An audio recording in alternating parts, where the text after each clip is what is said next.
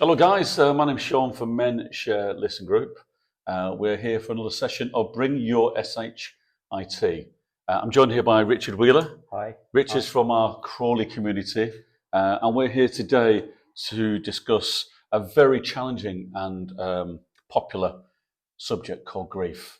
Grief, I'm sure, has hit everyone in their time in their lives, whether it would be an animal, loss of an animal, or a person, a loved one, and also living bereavement, such as parent alienation. A lot of men and women suffer from this as well.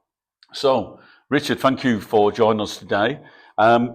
Just a little bit of a background, really. So, just tell me how you found Menshare Listen Group. How did you come to the group? Menshare Listening Group was mentioned to me by social prescribers. I'd been referred to them after suffering grief with the loss of my wife, and I'd gone through many forms of counselling. Counselling is good, but at the end of that session, that 8 weeks, that 6 weeks, you feel lost again. And I needed something else to give me the support I needed. So the social prescribing, they said to me there was a group out there called Menshare. And yeah, at first I thought, is this going to be for me? But what I found it sounded good is it's there whenever you need it.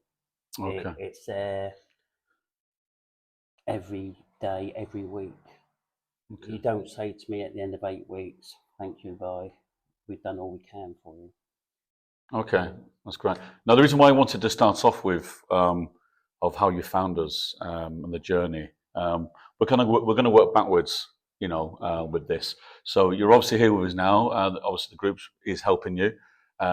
You've kind of gained friendships and connections there. And what role have you got within Menshare Listen Group now? I've got the role of fundraising, engagement with companies and stuff to get some funding, and I head up the gardening group that does work for Crawley Museum. Fantastic, thank you. Okay, so and just as a reminder that at any point where this may get a little bit difficult or a bit deep, we will be able to pause it and we'll come back, just because obviously it is quite a deep subject. Yeah. So, Richard, kind of tell me the journey when the group started. So tell me exactly where, tell me about your kind of life, what you had, and what led up to the event, and then obviously what happened to you after that. So, yeah. My late wife, she had a condition called lymphedema, which is where the fluid drains down into your legs, but struggles to travel back up the body. And this later on in stage can lead to liver and kidney failure. So my wife was getting treatment at Red Hill Hospital. Every 10 days, she'd be taken up and have up to 14 litres of fluid drained off of her stomach. So I tried to say to people, imagine strapping 7 bottles of fizzy lemonade around your body.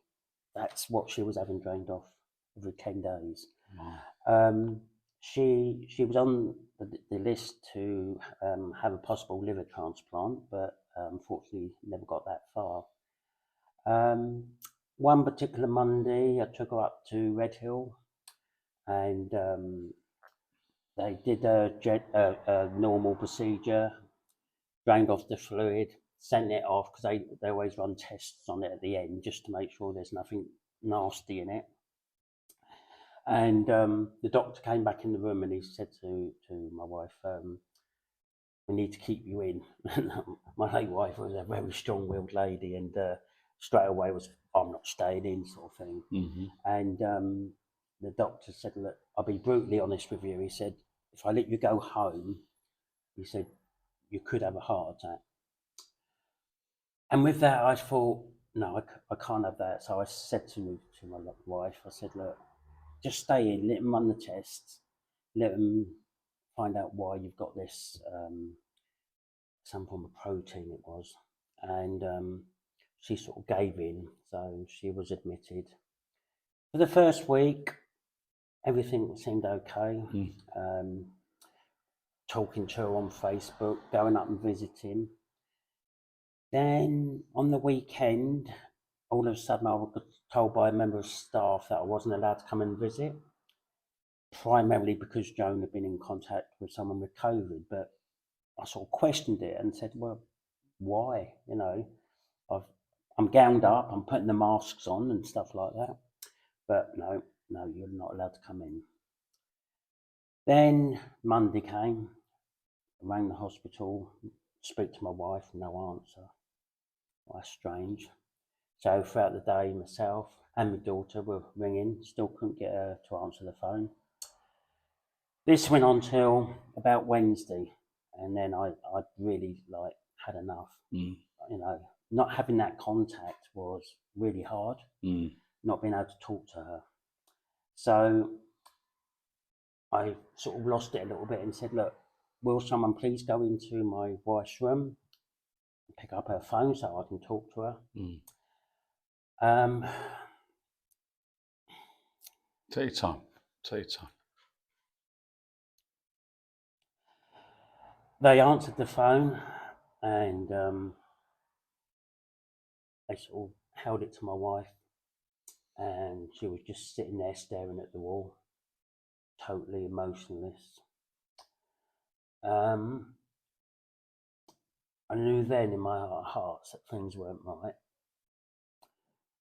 And I said, look, I need to come up and see my wife. They said, well, you know, we still can't let you go in and see her. Then on the Thursday morning, I got a phone call from the hospital, and they basically said we had open visiting. Now, anyone that's gone through grief or lost someone knows that when the hospital says you've got open visiting, it's not a good sign.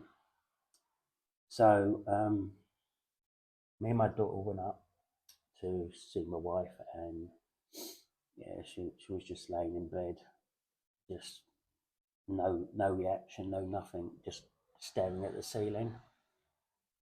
And I then talked to my daughter, said this don't look good. And this went on for a couple of days, and we said to the hospital, you know, what's going on? I said, well, we've withdrawn all of your wife's medication, all of the drugs that we were giving her. There's really, her body's not responding to anything. And I went, so you're telling me that she's going to die? And they went, sorry to say that, yeah. Wow. Okay. We're going to go back to Richard in a moment. Thank you. Hello, guys. Welcome back to Bring Your SHIT. I'm here with Richard Wheeler from the Menshare group. As you just heard, Richard's story thus far, brought a lot of emotions up for me there. And I'm sure it may have done for you as well. So Richard, thank you obviously for telling your story there in regards to your late wife. So you was told that your wife had, I would say, a matter of time. Yeah. How long after that news? We got the call to go and see her on the Thursday. Went up again to see her on the Friday, and there'd been a bit of deterioration. And we asked the nurse, we went, you know, how long? And they went, day, maybe. So me and my daughter decided that we were going to spend the night and stay there with my wife. So we ventured home, got some bits together, headed back to the hospital. They'd already made the bed up in the room and everything for us. And Jones, sorry, That's I'll okay. cut that a little bit out. Yeah. So my wife, her breathing had got a bit more shallow. And we were talking to her, and I went over, gave her a cuddle, and I said, I don't want to lose you. I said, but I don't want you suffering. Mm-hmm. I said, so if it is your time, Take your time. I'll give you my blessing. And you can go. And my daughter did the same. Not that Joan was greatly sort of religious in the sense, but she had a little bit there, because she always called upon a friend when someone wasn't well. She'd call on a friend of ours to say prayers for people. Mm-hmm. And so I asked the vicar to come in, say a few words, and he did. And then a few breaths after that, she took a couple of real big deep breaths, and then she just stopped. Okay. And that was it. Okay, so let's pause there. You know what I mean? That's up to that point. So your family was there. Yeah, my daughter. You know, your daughter. Yeah. Who else was there? Just me and my daughter. Just you and your daughter, and, yeah. and the nurse, obviously. We asked the nurse to come in. So there's an impact, obviously, on your daughter as well, obviously, Yeah. amongst this moment. Yeah. So, so from that point, obviously, you had to make arrangements. Yeah. Yeah. Which obviously, what can I ask you? After the passing away of your wife, from that point, so then you're having to kind of do the business end, which is obviously arrange. What was you going through there emotionally? Did you go on like some people go on Alter Drive where they just how was you? I just went numb inside. You went numb inside, okay. Yeah. Kept asking myself why. Mm. You know, I remember saying to the priest, why? I'd had COVID myself prior to losing Joan, Yeah. and I nearly died twice. And I said to the vicar, I said, why did I survive? Yeah. And then 9 months later, my wife's gone. And he looked at me and he went, wasn't your time. Mm. He said, but he had to make you available to help your wife on her journey. And I always remember those words, that because I was a bit of a workaholic and always doing stuff. Mm. So I think listening to the priest say that you were chosen to be there and help your wife on her journey has always been that sort of inspiration. Yeah. Still have my moments when I think, should have been me. But it wasn't, and the journey's still going. I don't deny 4 years on that I still have moments. Yeah, of There's course you still will. memories that, I was sitting in a pub the other day and this song came on, and it just happened to be our song. And there's always triggers out there, Smell of perfume. Yeah. Listen to a song. Favorite program. Yeah. I can't watch those sort of programs anymore. Yeah. All our favorite soaps and stuff like that. Yeah. If someone's got it on in their home, it's there, but I don't take a lot of interest in it. Yeah. Because they were her programs, but I just find I can't. Can I ask you a question around? So having to kind of make all the arrangements and put it all together. Well, I've got to thank my daughter for that. Your daughter as well. Yeah, What's your daughter's name? Hannah. Hannah. Okay. She was a rock there. Yeah. She really did help.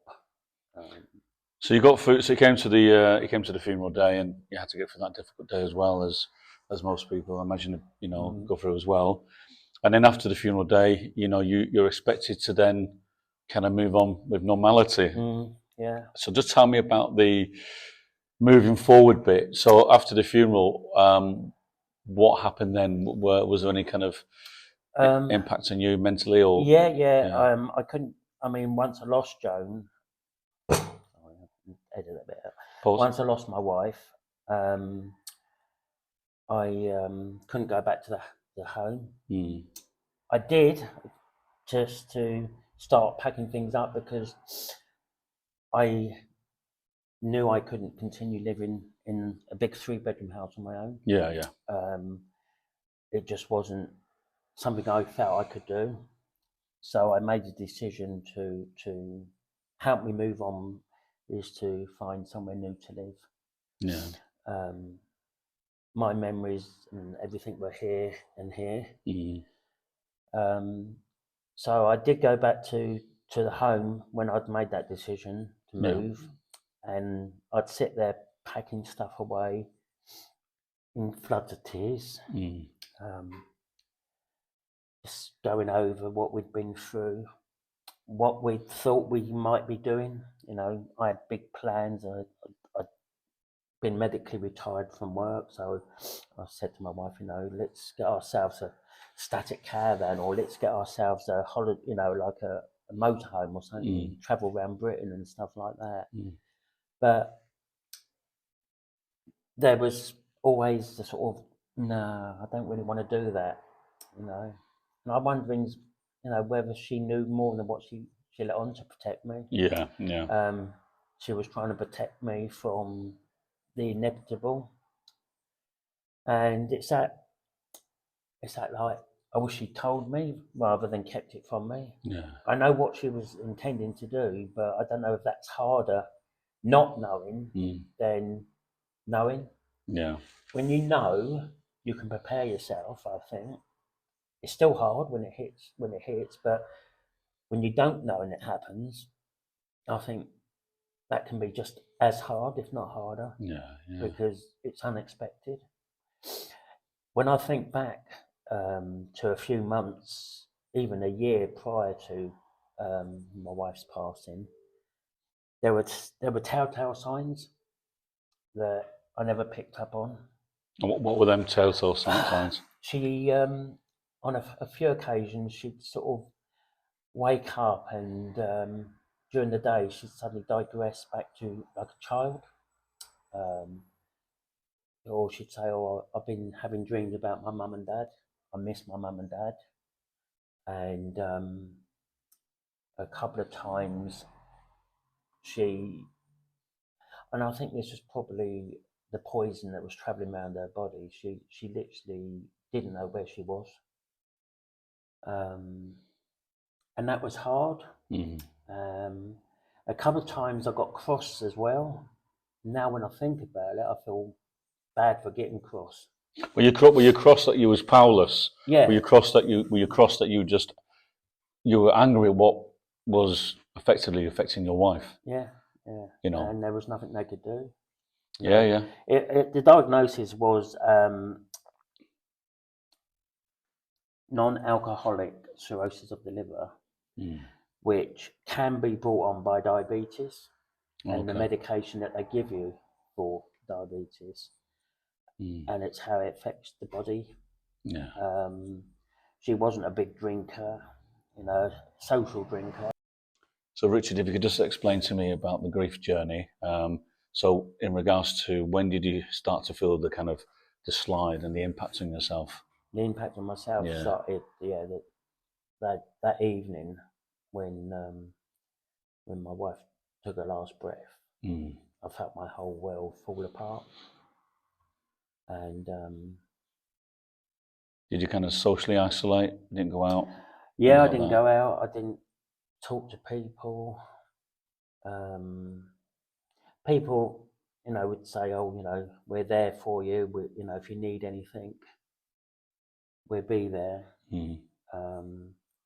But it's funny how life moves, and then people suddenly become distant memories because they're not there.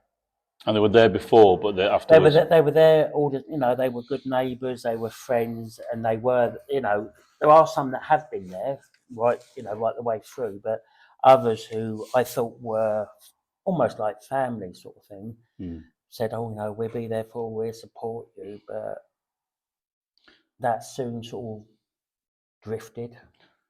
I've been talking to a lot of people who've got cancer, who've given the news of cancer. People step back. I've talked to, including my wife and other people who've got cancer. You know, they tell me that when friends have been friends for life, you know, friends through like school, and they just kind of walk away, or they don't get in touch. And you know, I have to sometimes study that, whether it's they don't know what to say, do they feel like they could get it, if it's contagious. Yeah, it's a strange kind of thing. And then you'll find strangers become your real friends because they'll help you through it. So the journey of going through the grief then. So I'm guessing, did you suffer from depression? Yeah, I mean, I suffered from depression prior to losing my wife because of my journey, which I'd gone through. Yeah. And I'd had depression from work. I'd been off work through depression. So depression, anxiety was always there. Yeah. This just exacerbated it a bit more. So it felt as though there was a deep hole I was falling down, but there was no bottom to it. No safety net for you. No safety net. I was just falling and falling. So tell me then about friends, neighbours, friends, neighbours. Obviously, I moved away from my neighbours, but they all said, you know, we're keep in pop touch. round, we're keep in touch, which initially one or two did, but as the years have gone on, it's got the gap's got bigger. Yeah, they are like people you just passed in the street, sort of thing, almost associates, I guess. Yeah. Which they were almost family. You know, that's how, because you'd lived in that area for many years, you made that friendship. But now that I felt if I wanted to see him, it was me doing the chasing. Yeah. And I thought, no, I don't need to keep chasing. Yeah. Because as my journey's gone on, I've met new people and I've got new friends who are there, who support me. You wish them well? Yeah, I wish them well and stuff. You know, I'd like to sort of catch up and talk and stuff like that. I'd say to anyone that's gone through this that if a friend who's been a friend for many years, for whatever reason, moves away, and that, don't be a stranger to them because they need that support. Yeah, you know. Don't be afraid to ask them questions. Don't be afraid to reach out to them, because that's what you need when you're going through grief. Losing that contact with them people is almost like another form of grief. Yeah, living bereavement. Yeah, they're alive, but they feel like they're gone. But they're gone, you know. Yeah, or they're only there if you make the effort to contact them. You know. So, in regards to so you've been going through all these kind of isolation thoughts. You know, people stepping away, they're not contacting you. You know, the grief of losing your wife. You know, staying indoors, not really wanting to engage and things like that. I guess that you were, I'm making the assumption that you were put on medication to help with the depression. I was on medication for quite a few different things, but yeah. Primarily I was putting on antidepressants and stuff like that. And I used to call one or two of them my happy pills, because when I was on them, it made me feel a lot happier, a lot lighter. But then when I changed doctors, I knew doctors thought some of the medication I was on wasn't good, which is good that the doctor's thinking like that. But it took me off my main one, the one that I really felt made me feel the best. Yeah. But he's reluctant to let me go back onto that. So and he must have his reasons, you know. Yeah, well, I mean, they're the professionals. Yeah. So how many years? How many years has your wife passed? It'll be 4 years. 4 years. This November. So so you've been on that journey since your wife passed, on that grief journey. And so, at what point in that grief journey did you feel that you had to kind of face the change? Because at some point you're going to have to move on in your life. And I'm making the assumption that your daughter was saying, "Dad, come on." get out of bed, or Dad, come on, Oh, you got to do this, you got to do that. yeah. My daughter, she would say, you've got to move on, Dad. Yes, it's sad that we've lost Mum and stuff like that. She'd say, you need to sort your life out. Mm. But until you've actually gone through that grief, you don't know how that loneliness feels when you've Yeah. been with someone for 30, 36, 37 years. Mm. You don't know what it's like. You've lost a part of you. Jigsaw, part of the Yeah, part jigsaw. of the jigsaw has suddenly been lost. And people I've spoken to who've said they lost parents or something 20 plus years ago, they still say they have their moments. Mm. They still have times when there'll be a trigger, as you say, a smell of a perfume or a song comes on, Yeah. and it just triggers the memories and stuff like that.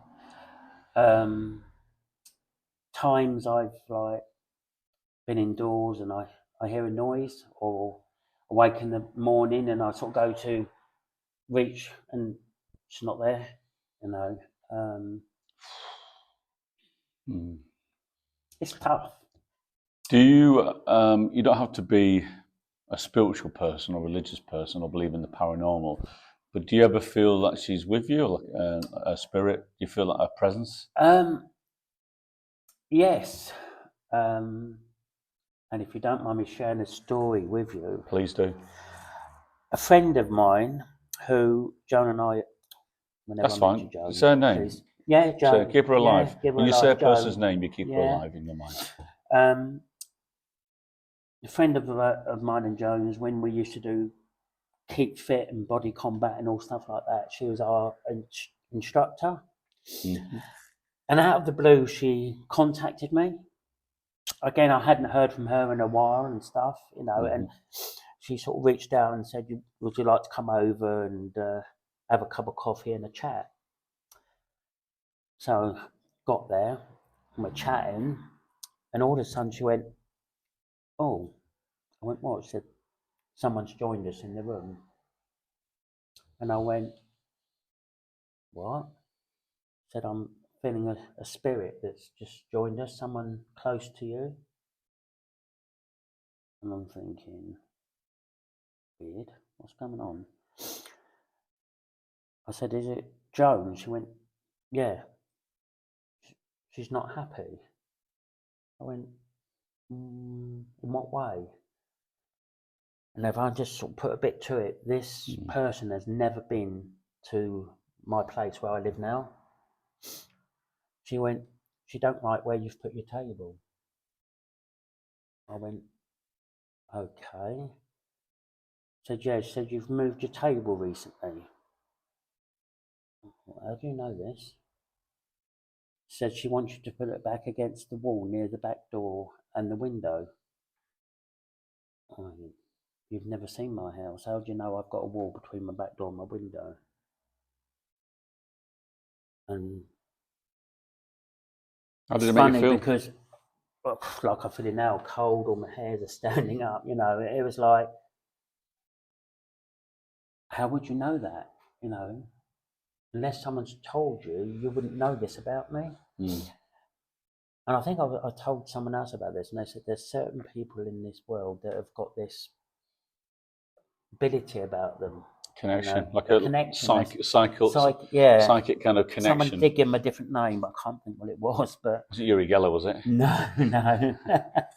But yeah, she sort of came out with things that she would just not know about my house. And not long after that, I decided I did move the table back to where, but wherever I sat, whether I moved the table here or moved it there, wherever I sat, if my back was towards a door, I always felt that someone was there watching me. And then she said to me, she said, there's a corner across from your sofa. I went, yeah. She said, that's where Joan stands. Wow. And whenever I go near that corner, I do feel a presence. And that is not strange, or because people do talk about, yeah. So So thank you for sharing that. Yeah. So kind of moving it kind of to the kind of end.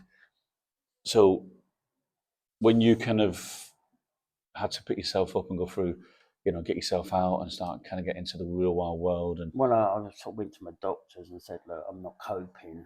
mm, And obviously they referred me to counselling, and I went through 3 different types of counselling. Every one of them, you was just, like my daughter kept saying, Dad, all you're doing is you're just going over the same stuff. same story. You're just stirring it all up. You're Yeah. stirring it all up. And that's how it was. That's how it felt, I then went back to my doctor after a while and said, look, I still can't get over the grief. Mm. And he then referred me to social prescribing. And again, it was only a short 6 weeks of it, but in that time we discussed my grief and everything and how we could move forward. And they led me to Menshare. And I remember my first evening, I wasn't confident about going, but someone I just happened to meet who had come to my house to discuss something else was a member of the church where it was held, and he came along with me. And I remember it getting to me. I'd listened to everybody else, and it got to me, and I thought, I could have said no, I don't want to say it, but I felt no, I'll share my SHIT. And I think by the end of my check-in, apart from me being in floods of tears and having to leave the room, and that the room just went silent. Yeah. Everyone was just like, jaws had hit the floor, and I think they actually called an early coffee. So Richard, I've heard your story live in the group, and I've seen the profound impact of grief. Obviously in the circle. Now, I've seen the change in you in regards to when you first come to us, being quiet, being kind of standing back. But I also realised that I've seen the growth in you as well. I've seen you kind of start getting to connect to people, and the old you come out as well. So, but grief will always be there for you, as you know. Yeah. And we've seen the days where you want to be left alone, or you kind of not come into the group for that particular session because you just want to. You want to be left alone in a way. An anniversary, I guess, and things like that always hits hard as well. So thank you for really, sharing that. And I'm hoping that the listeners out there hearing your story have a connection with that. Yeah, Okay. yeah. And so what would you tell the people at home in regards to grief? How would you explain to them how to get through it via your experience? That is a hard thing to sort of tell people or advise people how to get through grief, because I think everybody deals with grief in a different way. Yeah. What's helped you? But what's helped me is the connection and support from other people that have gone through their own grief, sharing their stories, knowing that you're not alone, and there is loads of support out there. And what I'd like to give you guys and anyone that's watching this is reach out, ask for this help, ask for the support, because you can't do these things on your own. And there's many good support groups out there, regarding grief in its entirety. I'd just like to say, that morning you wake up and you're having that feeling of, like I did, I used to have mornings where I'd wake up and think, oh, I've woken up again. Open up, be yourself, and make the day your best day, because tomorrow's never promised. Okay, thank you. Thank you, Richard. That's really That's really good. I do apologise for the camera. No. We're all ad hoc here. This is real. We're not into all this fancy rotary stuff. But I mean, smiling and joking apart, it's Yeah. thank you. And it's important, guys out there, that we're just touching base on a podcast around grief. I mean, grief can go so much deeper and harder and darker. But we wanted you to hear Richard's story so that you could basically get some inspiration from that, because there are other men's and women's groups out there, or non-binary groups across all diverse kind of communities, where you can go and talk to somebody. Now, what we find out is talking to strangers is more kind of therapeutic, I feel, than actually telling your best friend or family, because, as you probably agree, family and friends try and tell you what you need to hear. Why don't you go there? And you need to go for walks. And as you know, that we just want to basically put that duvet over our heads and be left alone. But going to a group full of strangers and just telling somebody how you feel, the beautiful thing there is that they'll go, I've been through what you've been through. I know exactly how you feel. And you form a friendship, which you have amongst the group. Yeah. And grief is our common theme at Menshare. A lot of men do feel and talk about grief in so many ways.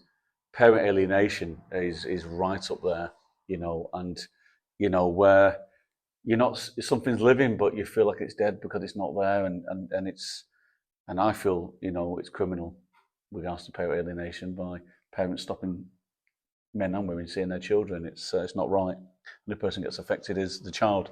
So, Richard, I want to conclude. Thank you very much for sharing your story. I know it was very hard for you to come today, and I know you cancelled a couple of times to to attend, but you've shown some real bravery to come here and share your story with the people out there. So, guys, thank you for watching this podcast. I hope you feel that it's raw, it's real. We're not into gimmicks and all these kind of different camera angles. We just want to kind of come to you organically and from here. And you saw Richard's emotions as well. So please check out mensharelisteningroup.co.uk. We're in Crawley, East Grinstead, and also coming into Horsham as well. And also as well, we are looking at expanding into different areas as well. But do check out your local Google and see where other men's groups and women's groups are across the diverse communities for that support, and also professional support if you need it. Thank you. Thank you, Richard. Thank you. Thank you. Thanks, guys.